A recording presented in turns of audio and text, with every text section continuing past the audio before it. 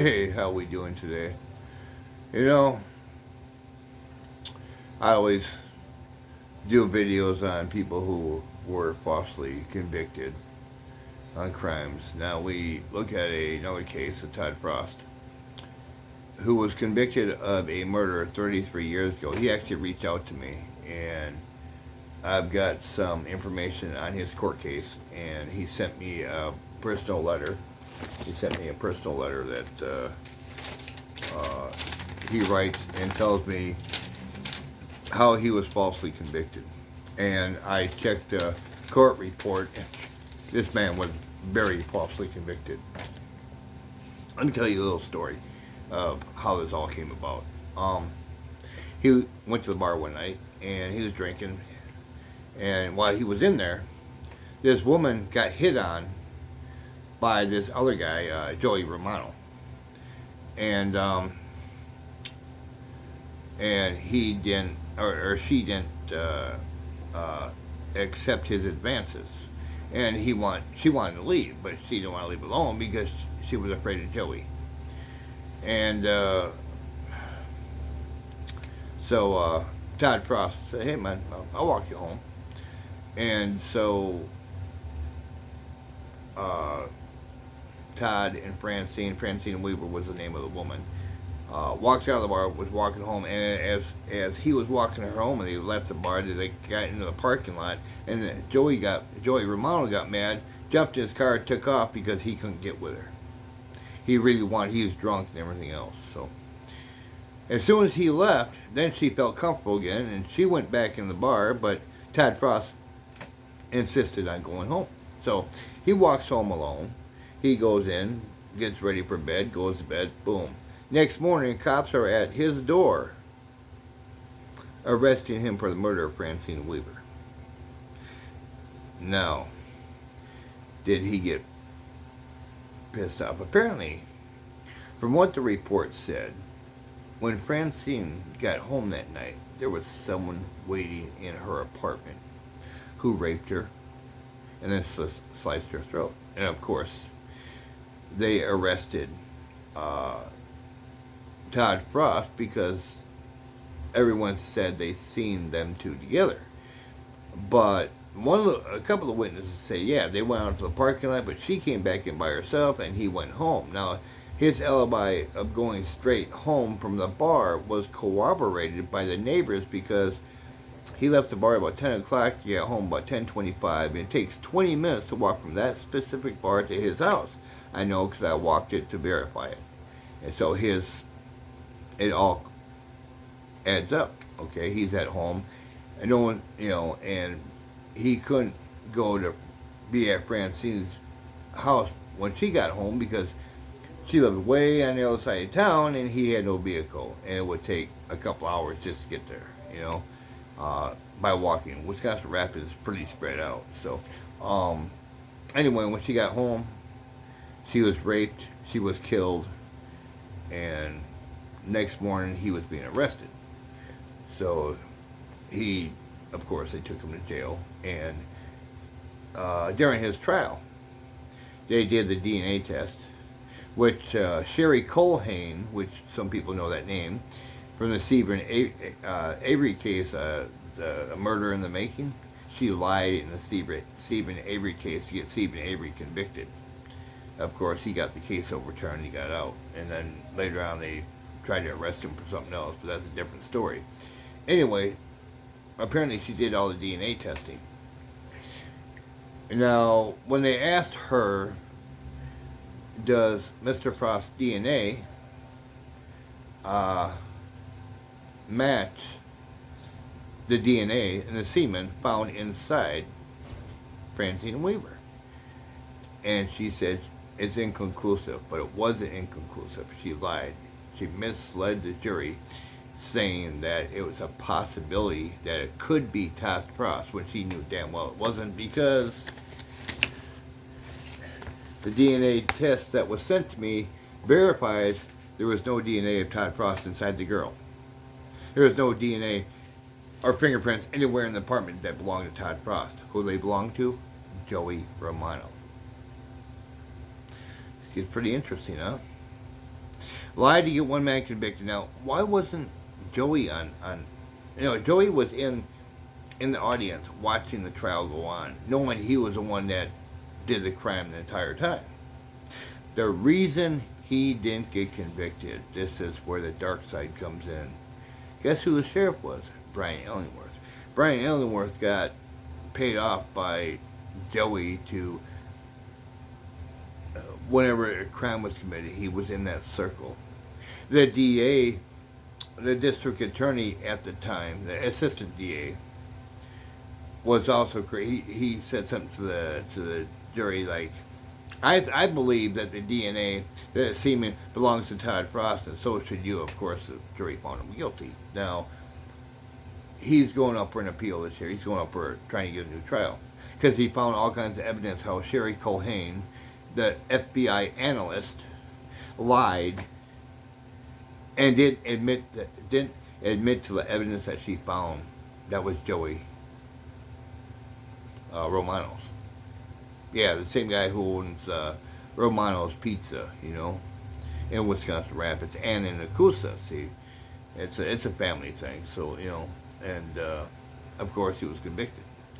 I've had Todd Frost reached out to me, and the reason that Joey didn't get convicted is the fact that he runs drugs, runs girls, does what he wants, and he's friends with Brian Illingworth, who ran the county like his own personal little business, getting money wherever he can. He was getting paid off by Joey from the drugs and whatever else they were doing together that was illegal. And by Joey being convicted of this, that money would stop. So, of course, Brian Illingworth talked to the analyst and said something to her and got her on board and got Todd Frost convicted under false allegations, fake evidence. One, submit the right report, or admit that the semen that was found inside Francine belonged to Joey, not to Todd. And it's just pretty bizarre. I mean, even their own evidence shows, which I will post. I have posted it already on one of my shorts. When I do post it, it will show that he is innocent by their own evidence that they had at the time. It will show how innocent Todd Frost really is. He's just a young guy, And at the time he's 22. He was 33 years, so was he 50 or 55? He's in his mid-50s, I think. He's done 33 years in prison for a crime he hasn't committed. And that's pretty much about the Todd Frost case. He does go up for a new trial this year, so I can't say really too much or get into detail too much on what. I can only put out there what's already been is known, okay? And I will put up the evidence that they had come up with to verify how innocent Todd Frost is. It's right here.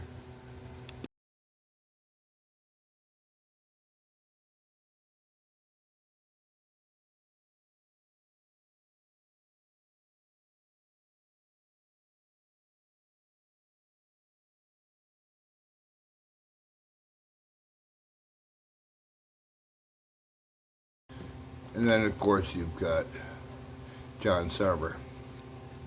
John Sarver, who was he? He was just a guy who, getting along in life, likes to drink at the bar, likes to fix lawnmowers.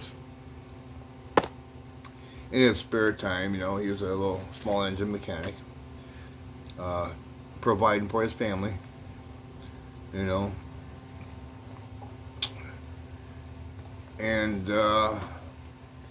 he gets hooked up in a murder.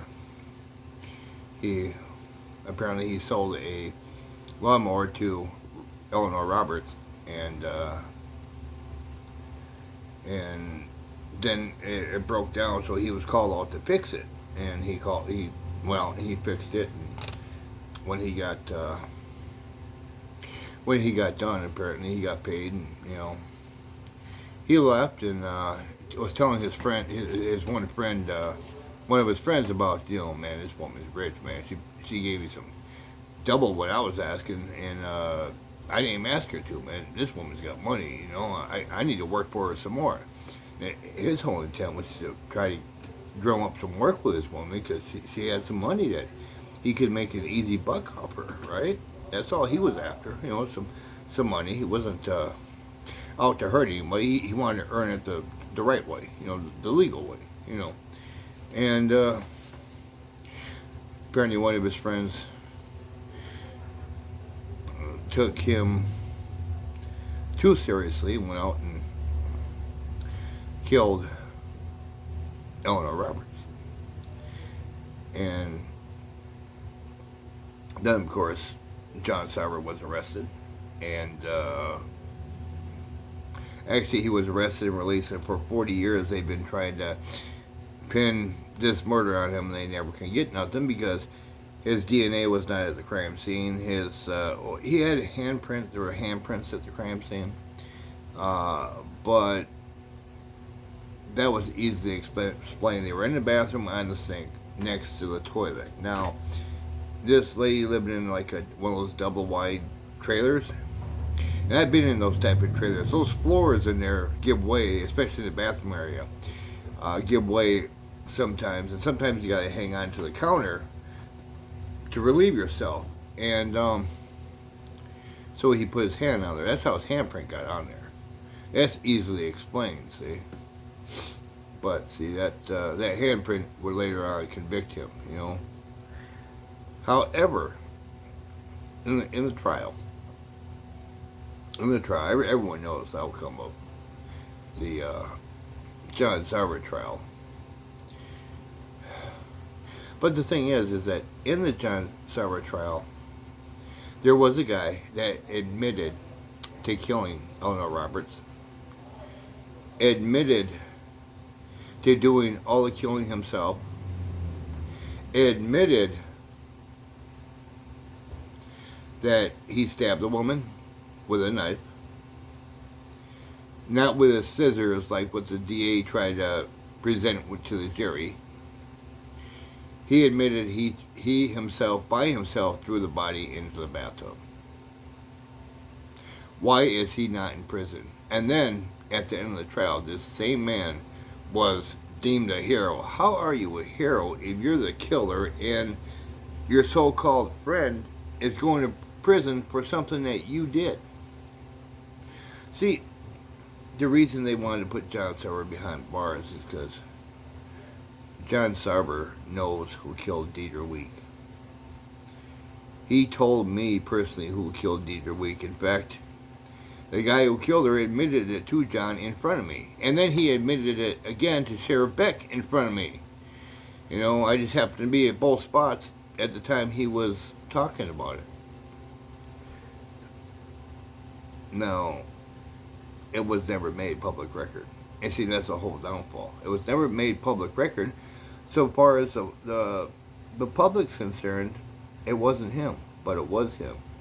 Why would you confess to a killing to two different individuals if you didn't do it? One to the sheriff and one to John Sarver. He told John, if you tell anybody, I'll put a bullet in your back of your head.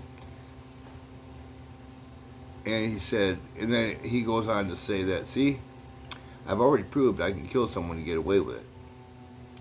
John knew these secrets. He also knew that he set it up so Joey Romano would get off on that, wouldn't even be arrested on that murder, on that Todd Frost murder trial. He set it up to make it look like it was Todd Frost that killed Francine Weaver and not Joey Romano. He told John all this. And this is even before I knew who Todd Frost was. After I looked him up, he got a hold of me, we started talking, and I started mentioning names. Well, how do you know about all this? I said, John Sarver told me everything. See, John Sarver was kind of like I don't know, friends or a sidekick to Brian Ellingworth. But so everything that Brian did, John knew about, and John was sick of being his little patsy, his little scapegoat. John wanted to go and just expose him, because see, he knows deep down that Brian Ellingworth killed his sister. He gave her a a form of drug, and apparently it was too much she could handle, and it gave her a heart attack and she died. From what I understand. Why did he kill Deidre Week? To send a message saying that I can kill anybody I want and get away with it. And he did. And to this day he did. Even when he admitted it to Sheriff Beck. The reason Sheriff Beck didn't arrest him is what he told me. First of all, he told me to keep my mouth shut.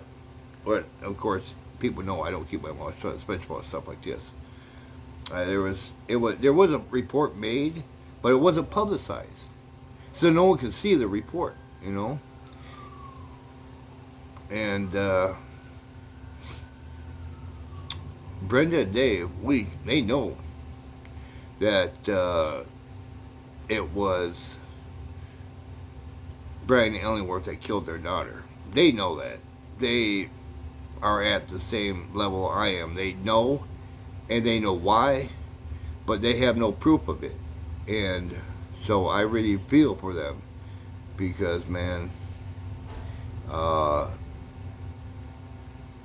fact that she was hit by a pickup truck, not a car like what is believed to be the murder weapon, a vehicle, a car.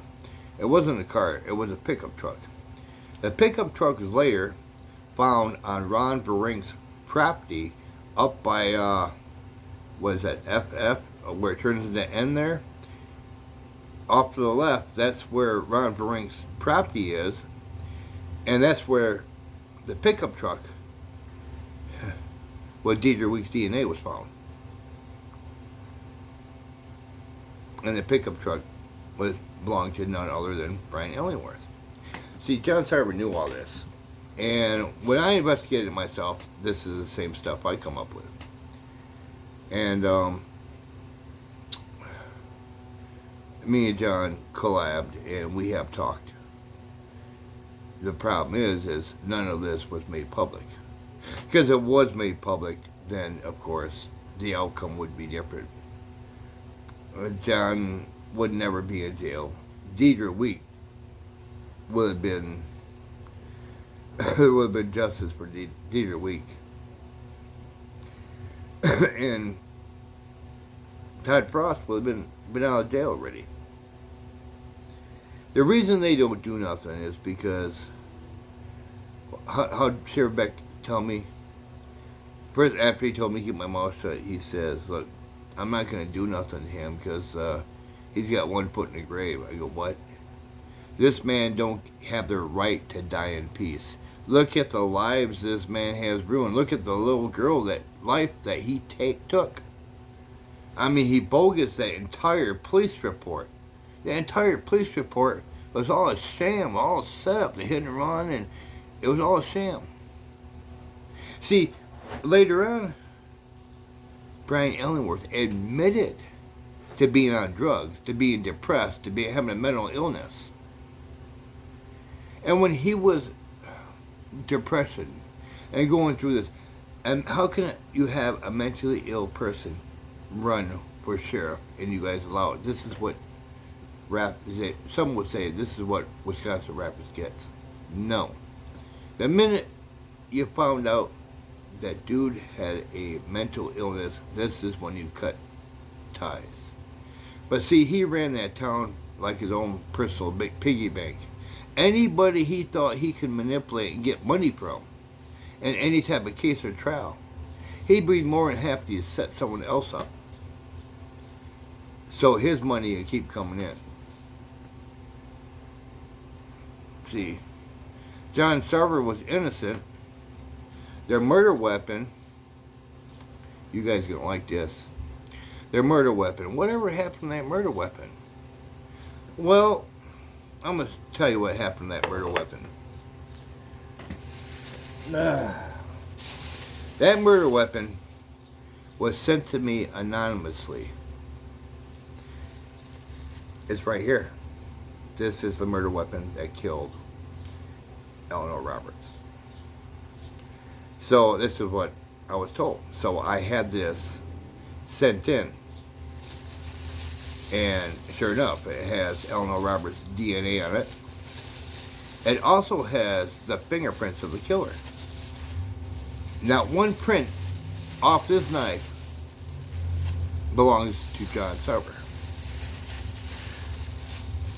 Now, I was told if I did a video on this to be very careful not to get my prints on it in case they want to reopen the case and convict the real killer and killers. Now,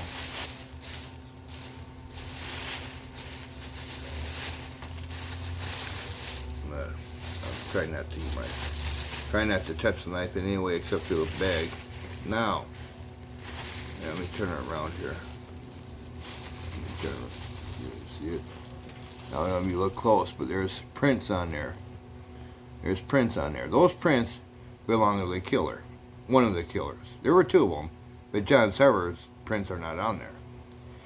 The first print belongs to Harlan Felch, the guy who admitted in open court in John Sarver's case that he killed Eleanor Roberts, that he placed the body in the tub. Those are his prints. Why is he walking the streets?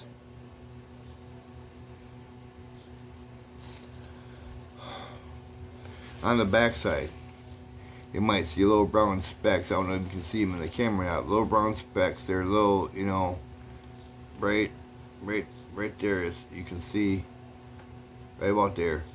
The little brown speck. It just looks like a little speck. That's Eleanor Roberts' DNA.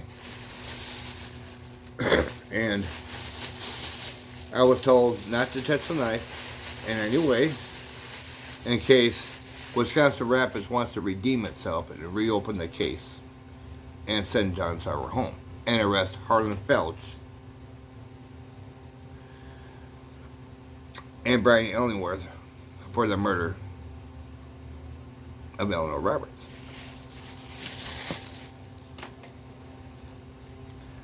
But it'll never happen. They got their conviction, that's all they're worried about. Now, I know I'm going to have about 10 officers at my door wanting this knife. But by the time this video hits the airwaves, this knife is going to be sent off to where I was told to send it. I'm not saying where that is.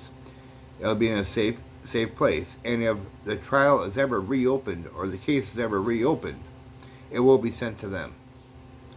So by the time this video ends, after this video ends, I will no longer have possession of the knife. When I called Wisconsin Rapids and told them I got possession of the knife, you know what they told me? I talked to a district attorney there. I guess her first name was Annie. She told me to go ahead and keep it. They got their conviction. But I'm not doing that. I'm saving it, you know, and just so in case someone else wants to reopen the case and bring John Sarver home where he deserves to be with his family, regardless of what he knows. He knows all the truths about the murders and the false convictions and the homicides in that county. When it comes to Brian Illingworth, Brian Illingworth had his hand in everything. Every murder case since Brian Illingworth had hit Wisconsin Rapids and became a cop, he is involved in some way. But why isn't anybody doing anything? Cops protect their own, no matter how guilty they are, no matter how many little girls they hit. See, the Jervink family or Verink family was real easy for the public to zero in on because they had a lot of troubled past. So people blaming them, it was real easy. They were Illingworth's scapegoat.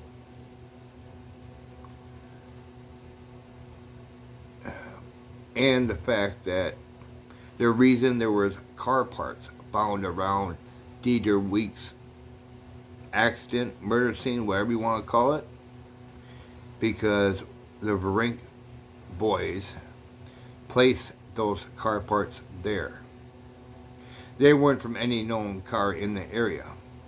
I mean, and there were from three different cars, but no one wanted to specify what those cars were. And the reason they did that to make everyone think that it was a car that hit her, when in reality it was a pickup truck. John Sarver told me it was a pickup truck even before I knew. Brian Ellingworth admitted to hitting her in his pickup truck. Admitted it to Beck. Admitted it to John Sarver. You know, I made a video calling Ellingworth out. Do you know that he came down to Illinois in his black pickup truck wanting to confront me? And when he found out I was a man that I don't play, he jumped in his truck like a little bitch, rolled that window up and took off. You know, he has no power down here, see? So, these are the victims of Wood County because of one madman, and the county continues to let everything ride. Now, if I were living in Wood County and I would see a video like this, I really think about the county I want to live in. I definitely wouldn't want to live back in the Rapids. Adams ain't no better, but Adams, I got tons of stuff about Adams' friendship too. Plenty of murders and homicides done by police officers there, but that's for a different time.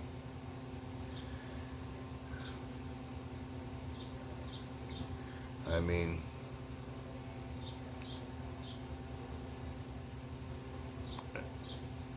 the court system is screwy in Rapids. Wood County is just, they're fucked up. They're messed up in the head.